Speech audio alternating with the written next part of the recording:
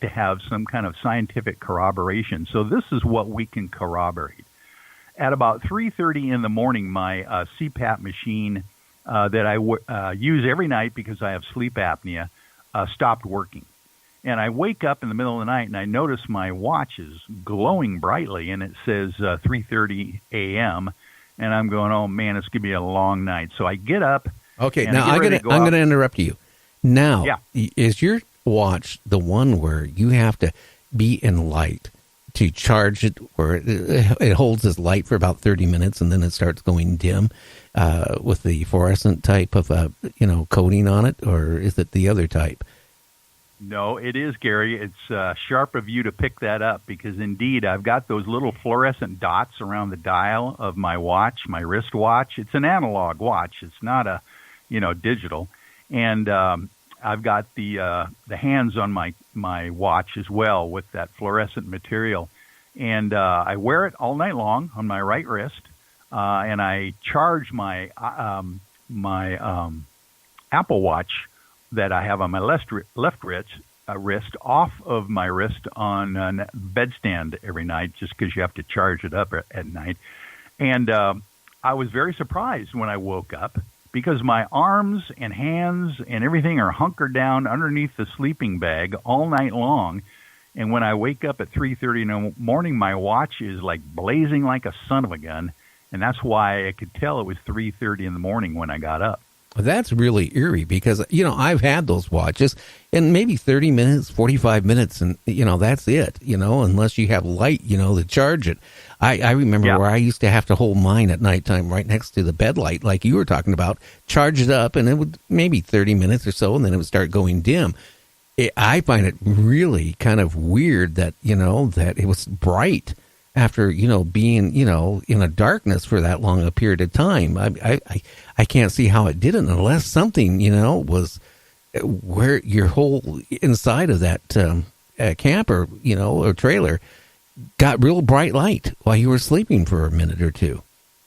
Yes, exactly. And or whether I wasn't there at all. We'll talk about that in just a second. Oh, you might be like one of these Timothy Cullen things. You know that. Yeah, well, Timothy, it might be a really interesting idea because he was the, Dr. Lear's implant patient that was actually abducted. He has the memories nowadays of what happened in that regard. I haven't been able to recall anything at this point, and am interested in doing further regressive hypnosis to see if I can uncover something. What I did at that point is I got up and I decided, well, I better go to the restroom anyway because I usually have to do that once a night with my aging prostate. So I get up at 3:30 and get my shoes on, and I inadvertently wake up Kevin, my bunkmate there in the pop-up trailer, and he says, what time is it? And I told him it's 3:30, and I said my machine died. The battery must be dead, so I'm going to go to the restroom. I'll be right back. And he says, oh, don't worry. By the time you get back, I'll have switched the battery over to another battery that I've got, and you can sleep the rest of the night. And I was quite relieved because I was pretty tired that night. I go outside, and there is just this nice little porta-potty tent that he had set up right next to the trailer. It only takes me 2 or 3 minutes to go out there and do my thing. Come right back, and I'm a little surprised that Kevin is back to sleep already. And I glance at my CPAP, and I notice my little power light is on. So obviously I realized he turned it over to another battery, and now I can go back to sleep. And as I'm getting into bed, I inadvertently wake him up again, and he just automatically asks, oh, what time is it? And I tell him, it's 4:30. And I didn't think of it at that point. Neither did he. And we both went back to sleep. The strange thing is in the morning when we got around the campfire and talking about this whole thing, we started thinking, well, didn't you say it was 3:30 when you left? And it was 4:30 when you came back, and how long were you gone? And I said, oh, man, I can't remember being more than gone in 5 minutes at the most, just right there at the trailer. And then he points out that the battery that he had initially hooked my machine up to was still half full. It wasn't stopped at all. But here's the kicker, Gary. You're going to love this. My CPAP machine is a mini computer. It actually records how long I used the machine, how many times I took my mask off in the middle of the night, whether I had pressure, through the nose mask, and overall the sleep quality that I got that night. When I looked at the printout the next day, because it sends a wireless signal to my phone, and I actually have the SD card that proves this as well from the CPAP machine, it said that my machine was only used for an hour and 50 minutes, hour and 50 minutes that night. When I thought I came back and went back to sleep, there's no way I could have done that and not racked up more time on my CPAP machine. Now, the nights before and after, and for the weeks prior to and after, I get 7-8 hours of sleep every night, and it's on the graft.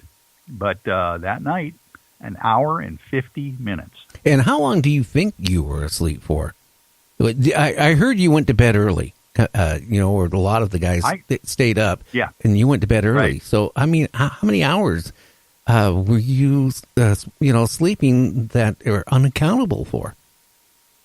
Well, I'm thinking that, most of the folks stayed up around the campfire till maybe 2, some of them even later than that in the morning. I took off at around 12:30 to go to sleep that night because I was pretty dragging. I hadn't used my CPAP machine for a couple nights. And so by the time I get all set up in Kevin's pop-up trailer with hooking my machine up and all that stuff, it was about 1:30 when I went to bed. And if I woke up at around 3:15, 3:30, that actually corresponds to what my machine said it was used for that night, about an hour, almost a little less than 2 hours. That is really scary. I mean, yeah. Have you checked your body over for any puncture marks or anything strange that, after that, when you woke up that morning to maybe, account for maybe being abducted or anything like that? I did, Gary. Funny you should mention that because I had a couple of photographs. Okay, I'm going to hang on just 1 second. I'm going to add Troy to the group here. Oh, wonderful. Hey, Troy, how you doing? Hey, Troy, you there? Hello, Gary. Yes, I'm here. Okay, you still there, Michael? I'm still here. Okay. Troy, we're talking about, what happened that night with Michael where he had lost the time. So you might want to listen a little bit here, and then, you can then join in. Okay. Yeah. Let's see. I left off at the fact that the time that I thought I went to sleep around 1:30 in the morning kind of corresponds to about 2 hours of sleep if I woke up at 3:30, and if my watch was correct, and combined with the fact that my watch is glowing madly, and the CPAP machine says that I was only sleeping for an hour and 50 minutes.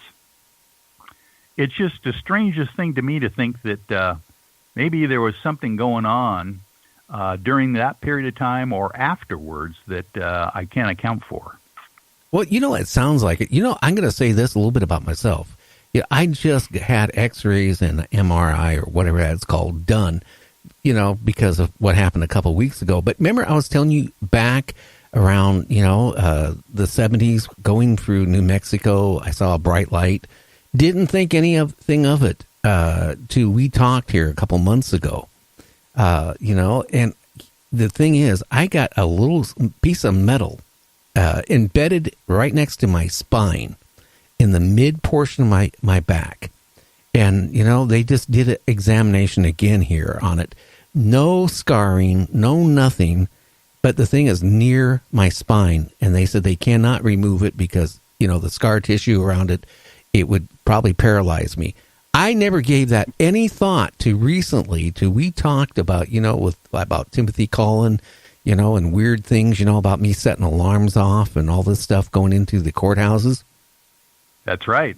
I'm thinking, that time I saw that bright light when I got out of that car, that, it seemed like it was only a matter of a couple seconds and it was poof, it was gone. I'm starting to wonder myself, something maybe happened that night because, it's funny, a couple seconds, if something happened, I mean, how do you know that couple seconds didn't turn into an hour or 2 hours? The same thing that maybe happened to you at Mount Adams.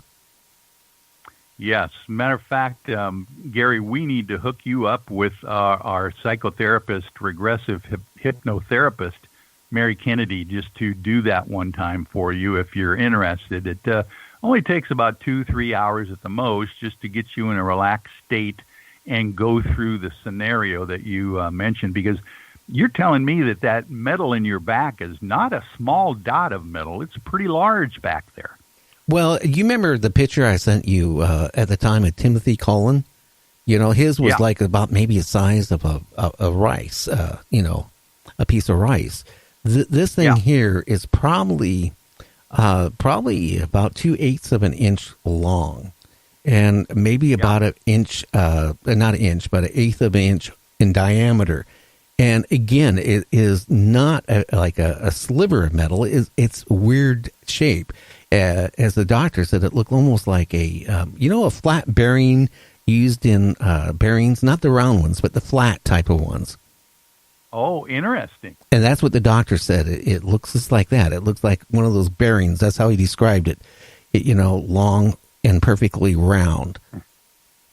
Well, and I understand you told me there's no visible portal of entry at all in that area. No, I did, fractured my tailbone when I was like 18 in the military. But, this is in the middle of my back. Right. Never had any surgery in the middle of my back. Never got hurt any other time in my life where something could have entered into it. He said it is right next to the spine. I mean, just right there, right next to.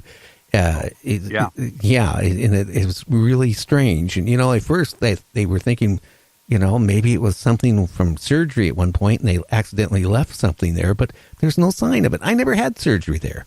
So, again, I stress back to that time, and I never thought about it, too. I talked to you.